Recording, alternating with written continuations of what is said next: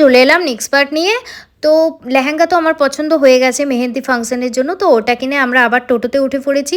তারপর আমরা লাঞ্চটা সেরে নিলাম, আর লাঞ্চটা কিন্তু আমাদের দারুণ ছিল। ভাত, ডাল, দু ধরনের তরকারি, আর ছিল চিকেন গরম গরম। তো ব্যাস খেয়ে নিলাম, চিকেনটার ভিডিও নেওয়া হয়নি।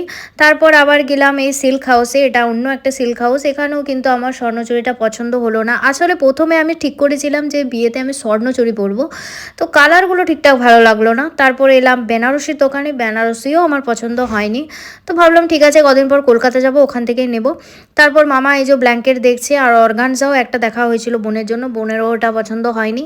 তারপর এই যে আমরা একটা কেক শপে চলে এসেছি, আর এখান থেকে আমরা কেক নিয়ে নিয়েছি খাওয়ার জন্য টিফিনে। তারপর মা এসছে এই কাঁসার দোকানে, কাঁসার দোকানেও কাঁসার জিনিসপত্র নেওয়া হলো। তারপর আমরা আমাদের তত্ত্বের জিনিসগুলো সব কিনে নিলাম।